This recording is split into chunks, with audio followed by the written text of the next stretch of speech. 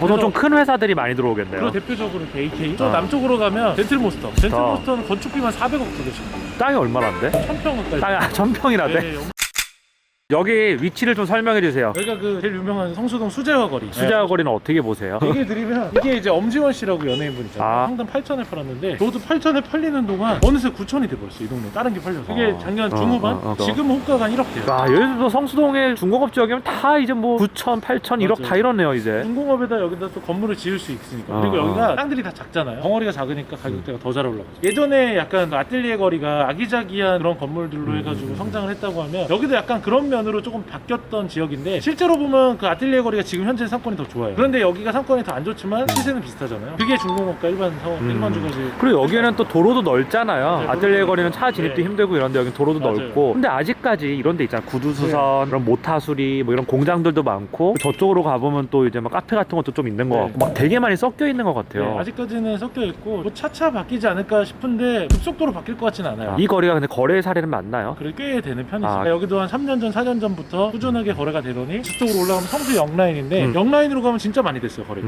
이쪽 라인도 최근에 많이 됐고. 근데 원래 성수역 상권이 성수역을 중심으로 카페 거리가 형성이 돼서 거기 원래 유명했었고 이쪽으로까지 넘어온 건가요 이게? 도로 환경이 또 좋다 보니까 사람들이 이쪽으로 많이 넘어오고 여기에 이제 뭐 음식점들이나 카페들이 많이 생기면서 상권이 형성이 됐고 이 근처 여기 상권만 보면 서울숲은 그래도 배우 세대가 좀 있고 고급 주상복합들도 막 들어오고 이러잖아요. 근데 여기는 누가 찾아오는 거예요? 여기는 이제 인근에 사실 오피스들도 많이 생겼고 외부 사람들이 특히 많이 찾아와요. 아틀리에 거리, 서울숲 같은 경우는 배우 세대도 있고 뭐 주상복합도 있고 여러 가지가 다 있으니까 좀 혼합되어 있는 사건이라고 하면 여기는 이제 주변에 있는 오피스와 외부 사람들. 누가 얘기를 해주셨는데 그 성수동 쪽에 카페 매출 카드 데이터를 보면 20, 30대가 압도적으로 많대요. 다 일부러 그런 이제 새로 생긴 곳 찾아가서 사진 찍고 경험하러 가는 거죠.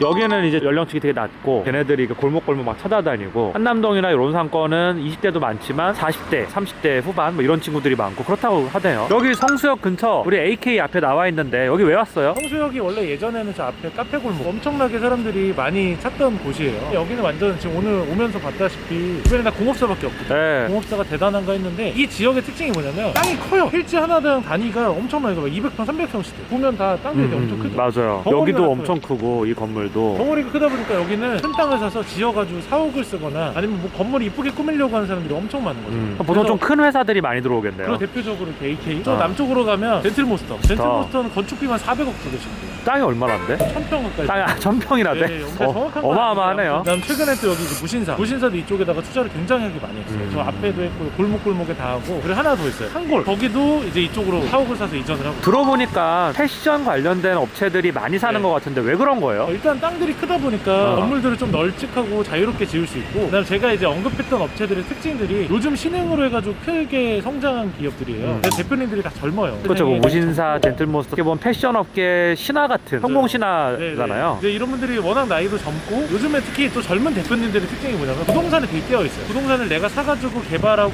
변화시키고 이런 걸 되게 잘하시는 것 같아요. 저희도 최근에 이제 그런 관련된 분들 만나면 부동산 전문가들보다 훨씬 더 똑똑하세요. 그리고 워낙 본업에서 돈을 많이 버니까 살 수 있는 부동산도 많고 많이 사시더라고요, 되게. 그리고 여기는 영전 씨가 볼 때 그런 패션 회사들이 앞으로 더 많이 들어올 것 같아요. 왠지 대한민국의 패션의 1번지가 되지 않을까라는 생각도 들어요. 어떻게 보면 제 얘기 듣다 보니까 합정에 있었던 그 패션의 메카가 이쪽으로 좀 넘어온다라는 생각이 좀 드는데 얘기만 들어보면 많이 넘어오는 것 같아요. 넘어온 것 같다라고 예상하는 게 아니라 넘어온 거죠. 왜냐하면 이미 투자를 했으니까 뭔가 투자가 되면 다 여기 변화를 시키잖아요. 그분들이 이제 매입했던 게 작년 초부터 해서 2019년, 20년인데 대부분 이제 세입자들하고 영도하는 기관들이 좀 있었을 거예요. 세입자들과 조율해가지고 내보내는 기간을 거의 다 마쳤고 이제부터 새롭게 짓고 있는 상황인 거죠. 근데 여기는 장기적으로 한 2, 3년 정도 보면 굉장히 여기가 많이 달라지는 부분 중에 하나가. 그럼 우리가 보고 있는 저런데 성신사, 동부, 뭐 카센터부터 해서 조그만한 공장들 많잖아요. 여기 막 10평짜리, 20평짜리 공장 이런 것들이 많이 다 헐리겠네요 이제 앞으로. 이제 조만간 여기는 좀 깨끗해지고 AK 같은 큰 건물들이 많이 들어오는. 그러면 영전 씨 설명만 들어보면 여기가 약간 결이 다르다라고 느껴지는 게 필지가 크고 성공한 패션 회사들이 많이 들어오잖아요. 근데 어쨌든 우리 성수동 하면 저런 조그만한 공장 건물들을 개조해서 카페나 뭐 이런 그렇게 개조하는 걸로 우리가 이해를 하고 있었는데 성수동 그런 동네야 라고 하고 있었는데 이게 마치 큰 기업들이 들어와서 대규모로 막 땅을 사가지고 이렇게 엄청나게 큰 사옥을 올리고 이렇게 변모해 가고 있다는 거죠. 지금 이미 샀으니까 시간 문제지. 그 여기는 평당 얼마 정도의 거래가 됐나요? 지금 요 라인이 사실 보면 저 안쪽 골목까지 깊게 들어가요. 여기가 도로는 넓고 좋은데 사실 가보면 완전 다 이런 공장촌이거든요. 저 골목들이 다 엄청 낙후화돼 있고 이런 골목들인데 여기가 작년 하반기에도 한 평당 8천에 팔렸어요. 아, 이 골목이? 그러면 부지가 커지고 400평짜리 땅 이런 거는 그래도 네. 평당 가격이 손도 낮나요? 예전에 이제 샀던 그 기업들은 굉장히 싸게 잘 샀죠. 이제 뭐 샀던 분들은 4천대, 5천대 많이 샀어요. 아, 4, 5천 대 샀어? 네, 와, 많이 벌었네. 물론 근데 그분들이 매입을 해서 이 동네가 좀 이제 막 아. 흥달하는 것 때문에 지금 많이 오른 거긴 할 텐데 아. 그래도 이게 일반 주거 지역 같은 경우는 건물을 많이 못 지으니까 평당가에 좀 한계가 있을지 모르겠는데 여기는 저는 지가가 더 올라갈 것 같아요. 다 중공업 지역이니까. 네, 다 여기는. 중공업 지역에서 올라가고 또 동네 분위기도 더 좋아지고 뭐 예전에 가로수길 같은 느낌일 것 같아요. 아. 가로수길이 2010년대 초반만 해도 멋지게 지어져 있는 건물도 몇 개 있었지만 나머지 다 낙후돼 있었어요. 그런데 그런 게 하나씩 바뀌는 것처럼 여기도 이제 하나하나 다 바뀌어가지고 야금야금 채워지지 않을까. 결국 거래량이 터지는 동네에 들어가야 되는 것 같아. 호가가 높은 데가 맞아요. 아니라 거래량이 있어야 뭐가 바뀌지 동네가. 거래량이 없으면 안 바뀌더라고. 그래서 우리가 맨날 상권 돌아다닐 때 여기는 비싸고 좋은 상권인 거 알겠는데 거래가 거의 안 돼요. 이런 데는 또 안 바뀌더라고. 그렇죠. 딴 데로 또 넘어가고 유행이. 그래서 앞으로 저는 성수동 보실 때 이쪽 지역도 되게 눈여겨볼 만한 지금으로서는 제일 호재가 모여있는 지역이 아닌가라고 생각을 해요. 성수동에 오면 성수독발 거리를 또 안 올 수가 없죠. 그렇죠. 사실 예전과 한결같이 거의 유지되고 있는 거리인데 변한 게 별로 없는 것 같아 이 거리는. 이쪽도 좀 이렇게 안쪽이나 이런 데 골목골목 팔리는 것들이 좀 있어요. 네. 최근에는 이제 대로변 바로 이면 정도로도 많이 팔렸는데 이쪽도 이제 개발이 될 거라고 생각을 하는데 조금 더 오래 걸리겠죠. 남쪽이 하고 나서. 그래도 좀 성수동에서 너무 비싼 거 말고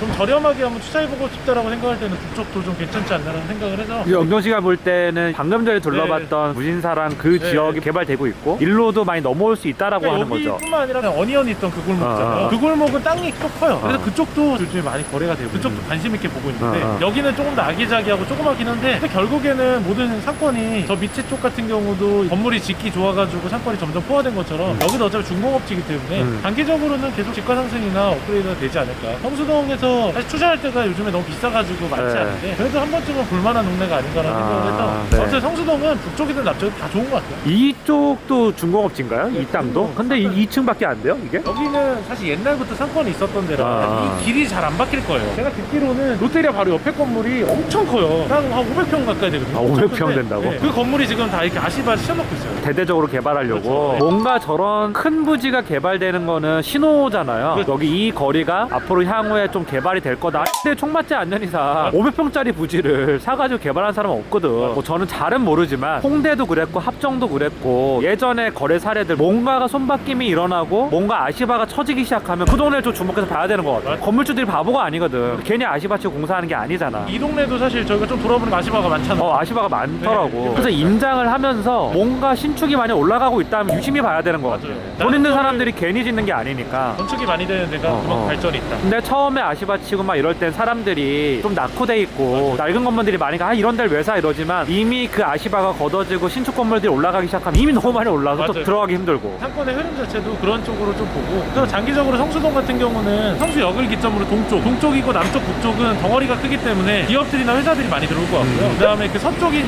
방금 전에 봤던 수제화 거리나 북쪽에 있는 이쪽 성수 족발 요 라인 같은 경우는 좀 작은 규모의 아기자기하게 좀 건물들이 개발이 될 것 같고 성수역 같은 경우도 그런 면으로 해가지고 투자에 대해서도 고려해보면 좋지 않을까 생각이 듭니다. 역시 강평공의 힘은 셉니다. 토지 용도가 정말 중요한 것 같아요. 네, 맞습니다.